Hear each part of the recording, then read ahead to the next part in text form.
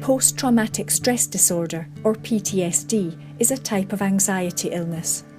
It can happen to mothers who've experienced trauma before or during pregnancy, or during the birth itself. In this film in the Out of the Blue series, we'll meet one mother, Emma, who suffered from anxiety and PTSD following a difficult birth. It's like yesterday. It's really weird. I can remember everything in detail. It feels like you're dying, and it's the worst thing I've ever experienced. PTSD can be very debilitating, and that's why it's most important to get help, and to get help early, and to talk about how you're feeling. Getting the right diagnosis and support is vital. It allowed Emma to understand what she was experiencing and find a route to recovery. Finally, somebody has listened and said what's wrong with me and acknowledged it, and I just felt so much better.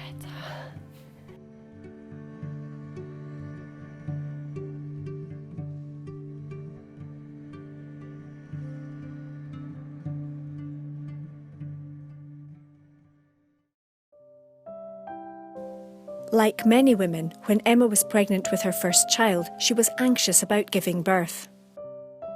I was apprehensive, but I just thought, it'll be okay and I'll get through it and I'll have my baby, and people do it all the time, every day, day in and day out.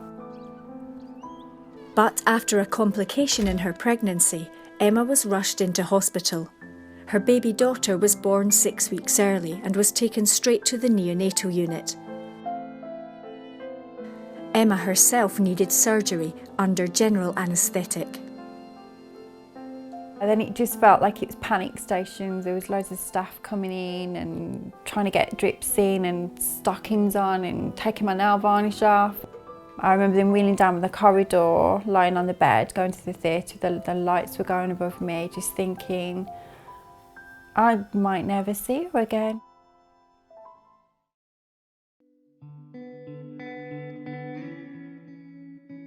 After her operation, Emma had to spend time recovering in hospital while baby Catherine was in the neonatal unit. I pretended I was better than I was. I couldn't lift my arms, my legs ached, but it was very much treated as, well, you've had a baby, of course that's how you feel. For Emma, the birth and all its complications were traumatic, and trauma of any sort can have long-term consequences. PTSD is now spoken about a lot, post-traumatic stress disorder, and probably the reason it's talked about a lot is that we now know about heroes, soldiers returning from war zones with PTSD. It's actually a normal human brain reaction to going through very traumatic situations that people are trapped into. The symptoms of PTSD may start soon after the traumatic event, or they could be delayed for months. Sometimes having a baby can trigger them even if the trauma was not at all related to the birth. The symptoms can include re-experiencing, that is, vividly reliving the traumatic event in the form of nightmares or flashbacks you can't control. Sometimes this involves physical sensations like pain, sweating, nausea or trembling. Another symptom can be avoidance. That's avoiding people or places that remind you of the trauma or talking to anyone about your experience. You might find you're taking on extra work or activities to distract yourself and are feeling emotionally numb and isolated. A further symptom can be hyperarousal, feeling tense or on edge, irritable and constantly aware of threats, feeling easily startled and finding it difficult to sleep. I used to have flashbacks. I'd wake up in the middle of the night thinking I was in hospital. It would be like I was back in the room in hospital. Like I could hear the machines, and it's got like this smell, and I hated that smell. Though she didn't yet know it, Emma was displaying symptoms of post-traumatic stress. And as is common, she had symptoms of anxiety too. She found it particularly hard to cope with Catherine crying. I would never have said I was an anxious person before, but I definitely became anxious after. Anxious about her health, every little thing. The same with me. I had every little ache or pain or whatever, I'd be like, oh no, what's that? But anxious all the time. The common symptoms of anxiety can be extreme worry, that's very unshakable, palpitations, sweaty palms, just feeling overly worried, constantly worried outside of any context of anything else. Feeling anxious is feeling fearful, worrying about the future. So it affects our mood and it affects our thoughts. Generally, something terrible is about to happen, even if we don't know exactly what it is. Emma knew something wasn't right, but she didn't want to ask for help as she felt weak and ashamed. She went on to have another baby, Alicia. This time everything went smoothly, but Emma then experienced feelings of guilt towards Catherine. It was a really lovely birth and it was really positive and should have been very healing for me, but because of then how easy and close it was with Alicia and I was with her 24/7 and it was like, then it set off all my anxieties about Catherine. I started to have panic attacks and I didn't know they were panic attacks at the time. It's like almost like icy fingers, that's the only way I can describe it, just creeping everywhere. I think I had one once where it was so intense, it had been going on for so long, I think I could have quite happily walked under a bus just to make it stop. And we ended up going to A&E and a nurse came in and sat with me and said, I think we need to sort of look at getting you some help. Now Emma realised she was unwell. She was registered with a community psychiatric nurse. The nurse assessed Emma and diagnosed her with anorexia. What? I remember sitting there thinking, I don't think I have this. You start to completely doubt yourself and think, well, actually, maybe this person is right. Emma's doctor thought she might have depression and prescribed medication, but this didn't help, so she went to a mental health outpatients clinic.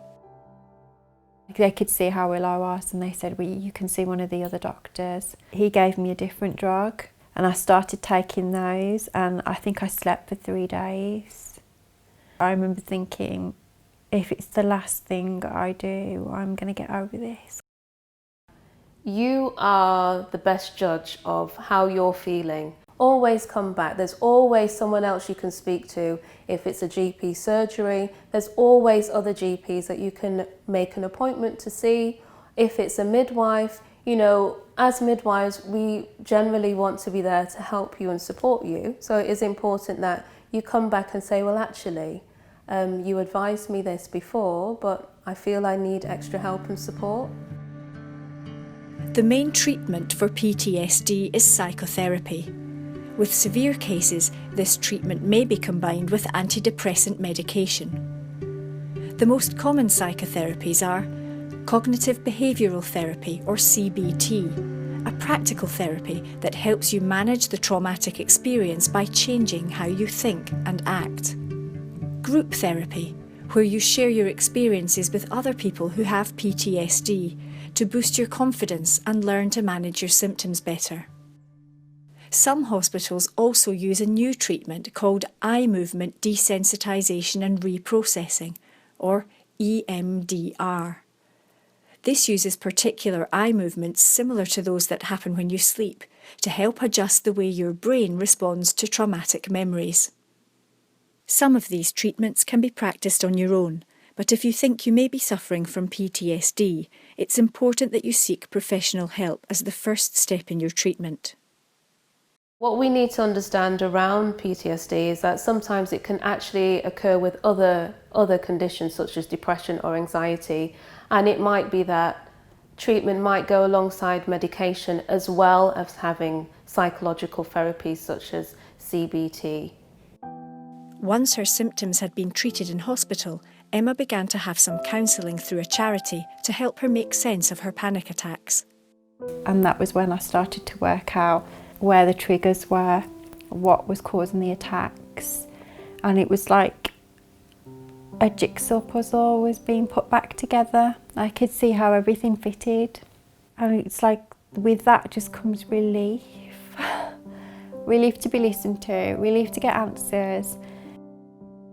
And I went to see the psychiatrist, who again was lovely, and I told her everything.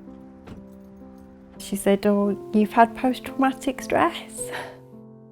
I researched about post-traumatic stress, and it was kind of like somebody had switched on a light, and it was like, oh, that's why I had flashbacks, and that's what this was, and that.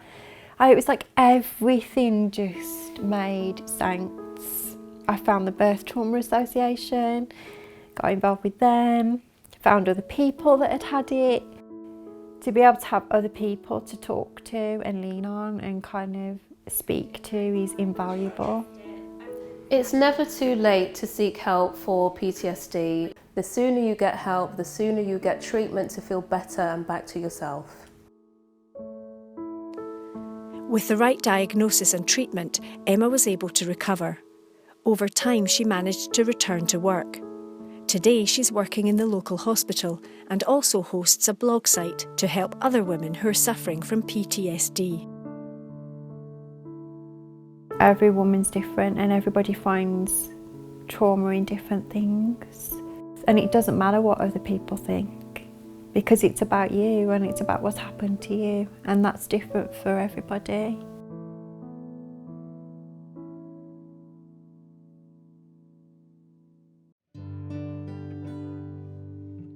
You can find more information about PTSD and where to go for help at the websites shown on your screen.